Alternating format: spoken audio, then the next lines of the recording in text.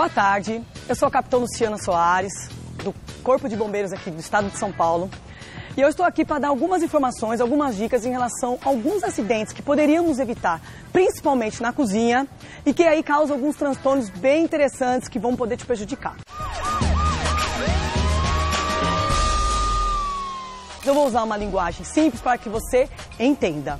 Então, vamos começar falando de algumas embalagens que eu acredito que vem dando muito problema, principalmente porque a gente tem a oportunidade de ouvir alguns relatos, inclusive comigo, porque eu tenho, né, alguns momentos que eu me aventuro aí na cozinha e acabaram acontecendo alguns acidentes que eu entendo de extrema importância. Então vamos começar com essas embalagens longa-vidas. O que acaba acontecendo? Às vezes, na pressa, a gente quer tentar abrir um bico de embalagem dessa forma com a faca.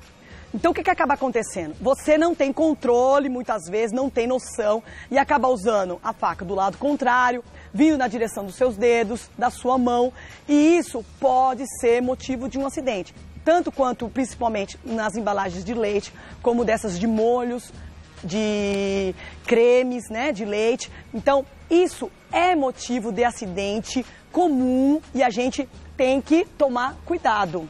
Então, qual o conselho? Tenha na sua cozinha uma tesoura.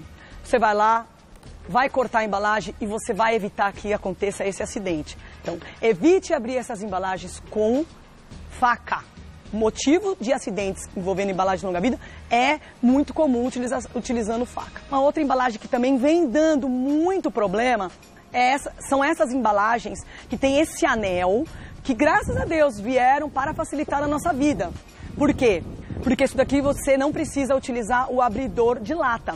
Só que o número de acidentes envolvendo abertura de latas com esse anel é muito grande. Por quê? Porque à medida que você abre a lata, puxa o anel e puxa sem tomar cuidado, sem estar com calma na hora que está fazendo, muitas vezes com pressa, você vai transformar a borda dessa lateral aqui, dessa tampa, em uma navalha. Então, faça a abertura dessa lata com calma. Latas também de sardinha e de atum é muito comum.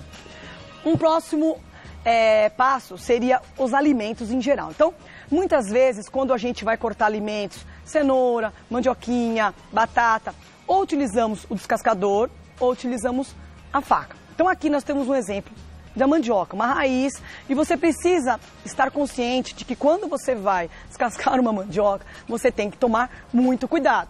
Então, pessoas que têm muita prática usam facas extremamente afiadas, né, e dão batidas para puxar a pele da mandioca. Isso aqui é muito perigoso. Então, se você for fazer isso de forma descontrolada, sem estar devidamente, com calma, tranquila, você vai se machucar. Então, a sugestão é você evitar a utilização de facas na direção da sua mão. Então você vai fazer assim, vai tirar de outra forma, vai usar uma tábua, porque isso daqui é motivo de muito acidente e acidente grave. Próximo, coco. Uma delícia, hoje está na moda, todo mundo fala do coco. Abrir um coco. Muitas pessoas têm dificuldade de tirar, né, o conteúdo do coco da sua casca. Aí pega, às vezes até consegue, bate no chão, quebra o coco e abre. Aí vem com uma faca para tentar tirar a carne do coco. Ó, isso aqui vai ser um motivo de acidente. Não se tira coco dessa forma, porque a faca vai vir na direção do seu dedo, da sua mão e vai também ocasionar um acidente. Então, devemos evitar principalmente a utilização de facas longas, de facas compridas para tirar a carne do coco, podendo talvez usar facas sem ponta, ou então aquecendo o coco. E aí nós vamos usar dicas da cozinha. O que eu quero mostrar para vocês é que vocês têm que evitar utilizar esses utensílios dessa forma. E por último, muitas vezes na correria do nosso dia a dia, a gente quer fazer milhares de coisas ao mesmo tempo, e aí a gente está lá fazendo, você comendo, né? Vamos comer, vamos falar, e aí você vai se engasgar, né? Nós temos um mecanismo duplo aqui, né? Da parte do esôfago, da faringe e da laringe. Eles são laterais e tem uma membrana que fecha um e abre o outro. Então, você não vai conseguir ficar falando muito tempo comendo sem engasgar. Então, hoje é um motivo de engasgamento Caso a pessoa se engasgue, a gente tem que fazer uma manobra de desobstrução de vias aéreas, que é o famoso desengasgamento. Bom, agora nós vamos demonstrar o que devemos fazer caso aconteça o acidente. Então, esse é o Cabo Carvalho, também aqui do Corpo de Bombeiros de São Paulo, e ele vai fazer uma simulação aqui na retirada do coco. Então, inadequadamente utilizando a faca sem ter a experiência necessária para isso, então ele vem e se machuca. Tá. Aí, o que devemos fazer? Vamos fazer a limpeza com o soro fisiológico no local. Se você não tiver o soro fisiológico, você vai fazer com água corrente. Vai vir com uma gaze simples e fazer a proteção. Porque estamos numa fase crítica, não dá para deixar o ferimento aberto e exposto. Provavelmente, dentro de 1 dia e meio a 2 dias, esse ferimento já vai estar um pouco mais controlado. Então, a orientação é que ele fique exposto para ele cicatrizar, porque abafado ele não vai sarar. Então, essa é a dica caso aconteça o acidente. Bom, a dica é sobre engasgamento, né, que é muito comum, acontece, né, em muitos casos, e nós vamos estar dando algumas dicas de como a gente pode resolver esse problema. Então, no primeiro caso, é uma pessoa adulta engasgada. Então, nós vamos simular aqui o engasgamento com o Hamilton. E o que acaba acontecendo? Muitas pessoas confundem o engasgamento total com o engasgamento parcial. Então, nós fazemos essa manobra quando a pessoa está totalmente engasgada, com a obstrução completa. Então, caso ela esteja falando, tossindo ou pedindo ajuda, isso quer dizer que ela ainda está respirando, que ela ainda tem condições de naturalmente se desengasgar. Nós temos conhecimento que é extremamente incômodo essa situação, mas ela vai acontecer naturalmente. Neste caso, não. Neste caso, se você não vier com alguma manobra, algum apoio externo, ele pode virar óbito e a gente tem a obrigação de tentar fazer algo para que isso não aconteça. Então, nós vamos nos posicionar atrás da pessoa que está desengasgada, nos apoiando com o nosso quadril lateralizado, fazer um contorno aqui com suas mãos no rebordo costal, conseguindo encaixar a ponta do seu polegar no final aqui do encontro do osso externo e fazer uma manobra que chamamos de Heimlich, que seria no sentido da letra J. De baixo para cima, de fora para dentro. A ponto que conseguimos levantar a pessoa. Por quê? Porque dessa forma nós vamos ajudá-la a conseguir expulsar alguma quantidade de ar residual que possa ter nesses tubos e fazer com que ela se desengasgue. Então, essa é uma situação em que uma pessoa esteja engasgada totalmente adulta. Uma segunda situação é quando nos deparamos com muitos casos, né?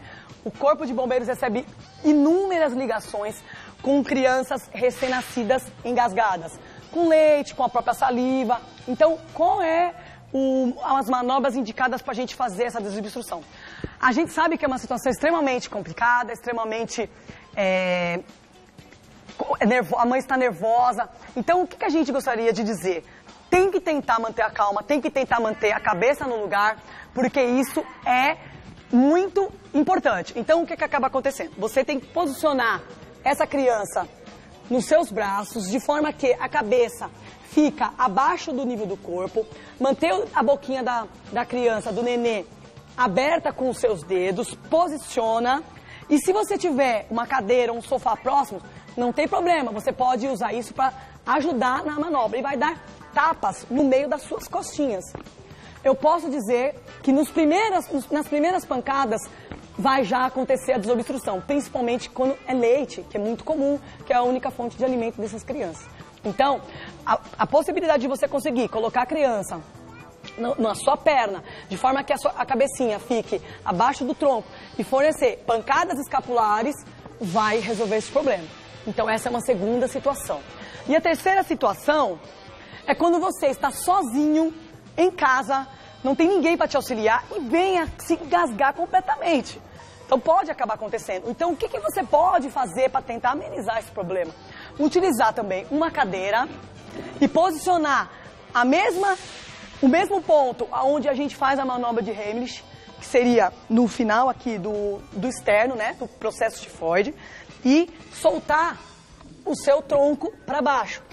Então, dessa forma, você consegue se desobstruir sozinho. Então, é uma dica que você pode estar utilizando quando você estiver sozinho na sua casa.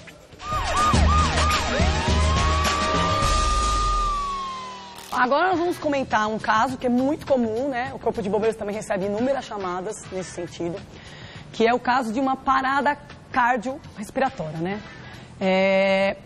Como eu posso dizer, né? Muitas vezes a gente tem uma situação em que a pessoa se encontra inconsciente, né? Não sabemos os motivos que levaram a ela estar inconsciente, né? Um desmaio, né? Muito comum, a gente costuma ouvir na linguagem popular, a pessoa desmaiou, a pessoa está desmaiada. Então, na verdade, ela está inconsciente.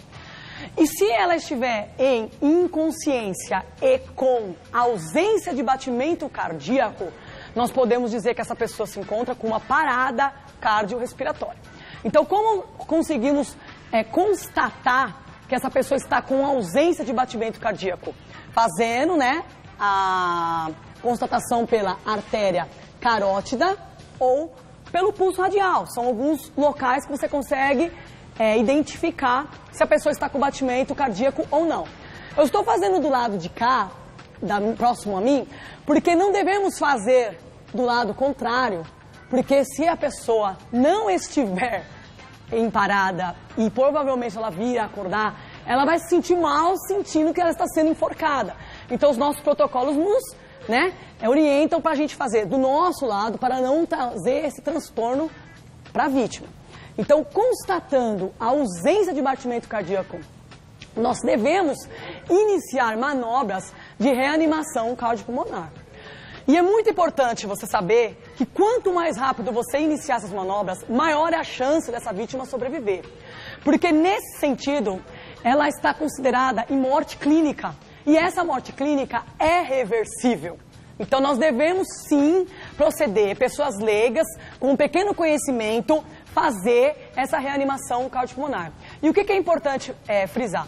Que ela tem que estar num local plano, rígido, não deve ser realizada em cima do sofá, em cima de cama. Então tem que pegar essa vítima e colocar num local plano e rígido, expor o tórax, abrir a blusa da pessoa, verificar o centro dos mamilos, fazer com que uma mão sobreponha a outra numa posição em que seus braços fiquem perpendicular ao solo e iniciar as manobras num ritmo de 120 movimentos por minuto, ininterruptamente. Então é muito importante começar rápido, fazer eficiente, não ficar dobrando os braços, fazendo de forma que não seja perpendicular para ter a eficiência da manobra.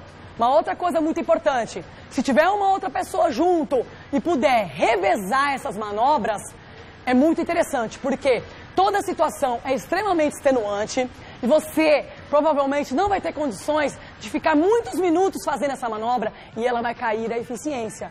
Então, chame o socorro, a coisa mais importante, constatou a pessoa inconsciente, chame o socorro, chame o serviço de emergência, 193, o SAMU, 192 e inicie as manobras.